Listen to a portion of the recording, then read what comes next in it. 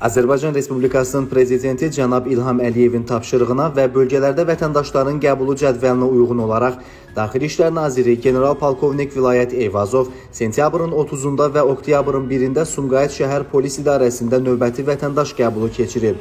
Nazir əvvəlcə Sumqayıt şəhərindəki ümummilli lider Heydər Əliyevin abidəsini ziyarət edərək əziz xatirəsini böyük hörmət və ehtiramla yad edib. Sonra şəhər polis idarəsinin inzibati binasında Sumqayıt şəhəri və digər rayonlardan gələn 367 vətəndaşın müxtəlif məsələlərlə bağlı müraciətləri dinlənilib.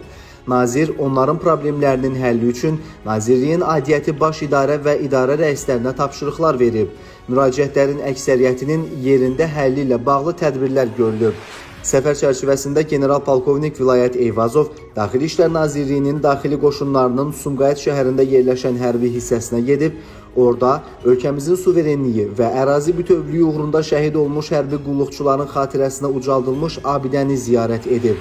Sonda General-Polkovnik Vilayət Eyvazov polis və daxili qoşunlarda xidmət etmək arzusunda olan gənclərin sıra baxışını keçirib. Vətən müharibəsinin 23 iştirakçısının da qatıldığı sıra baxışında xidmətə qəbulun şərtlərinə uyğun gələn 295 nəfər seçim turunun növbəti mərhələsinə buraxılıb.